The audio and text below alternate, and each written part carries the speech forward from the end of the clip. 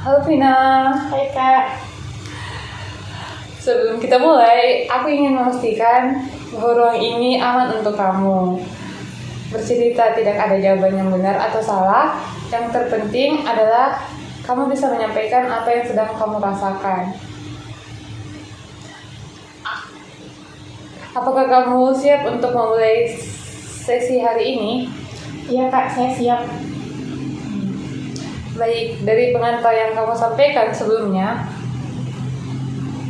kamu sedang menghadapi banyak tugas kuliah. Sekarang coba ceritakan dengan lebih bebas apa yang membuatmu datang ke konseling hari ini.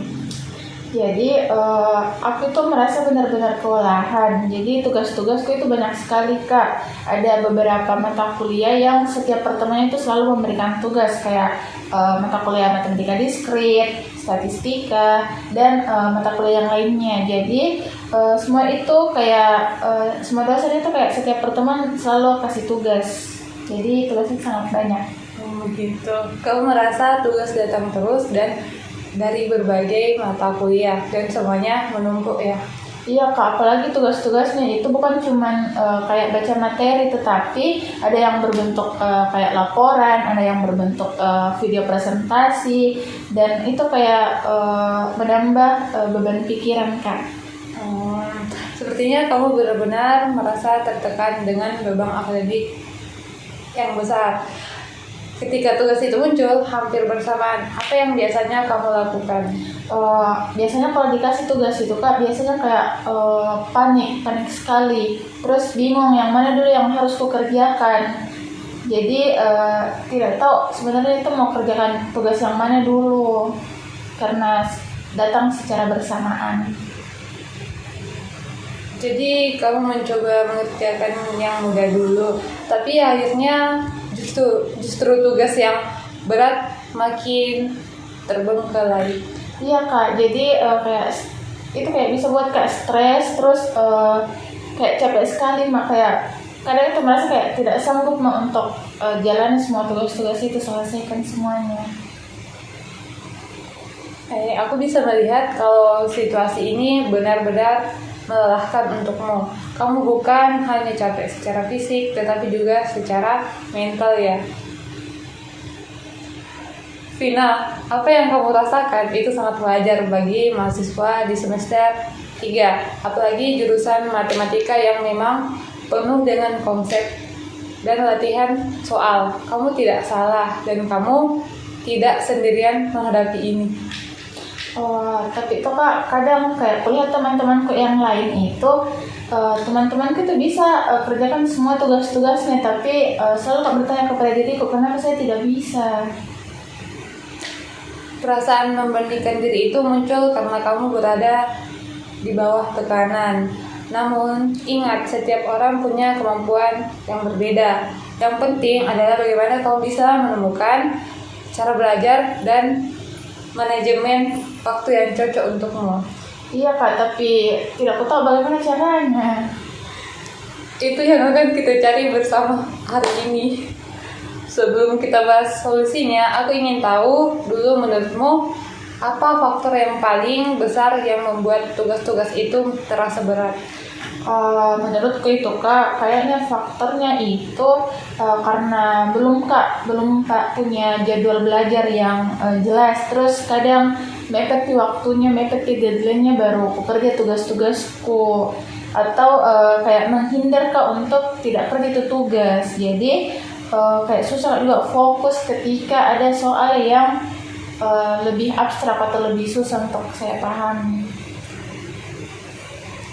Jadi masalah utamanya itu tidak ada perencanaan waktu yang jelas dan susah mengerti materi. Apakah ini tepat? Iya Kak, begitu. Tina, menurutmu dari kedua masalah tadi, mana yang paling mungkin kamu mulai ubah duluan? Mungkin perencanaan waktu atau jadwal belajar Kak, karena kalau ada jadwal bisa Kak tahu apa yang harus kukerjakan lebih dahulu. Bagus sekali, itu langkah awal yang sangat penting. Nah, kalau kamu membayangkan sebuah jadwal belajar ideal untuk dirimu seperti apa bentuknya?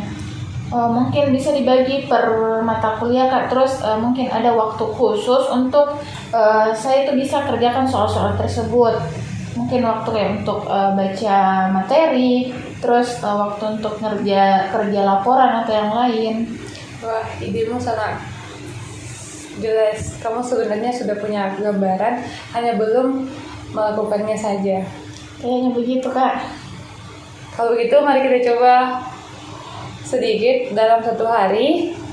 Berapa jam real yang bisa kamu lakukan untuk belajar? Mungkin sekitar 2 atau 3 jam per hari Kak, kalau di luar jam kuliah.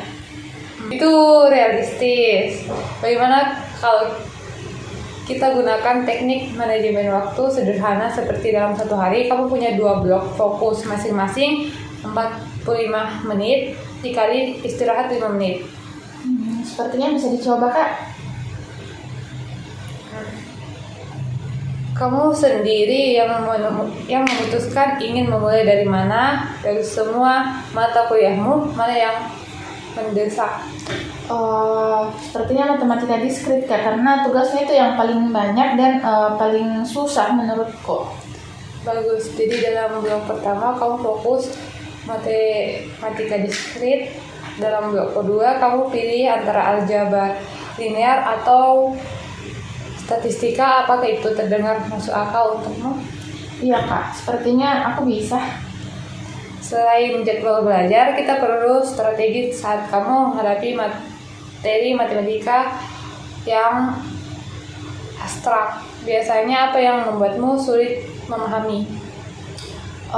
Biasanya itu materinya kayak full teori Kak, full konsep. Jadi kalau belum lihat contohnya itu kayak sulit Kak untuk memahami materi yang sedang dipelajari.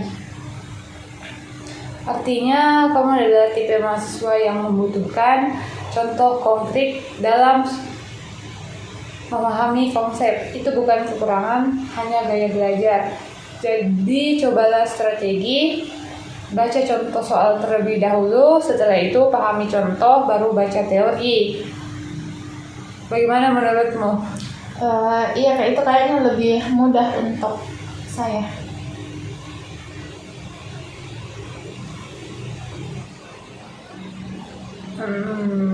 Tina, hari ini kamu sudah melakukan hal yang sangat baik. Kamu jujur, terbuka, dan mau mencari jalan keluar. Itu membuatmu menunjukkan bahwa kamu sebenarnya punya kemampuan untuk mengolah tugas-tugasmu.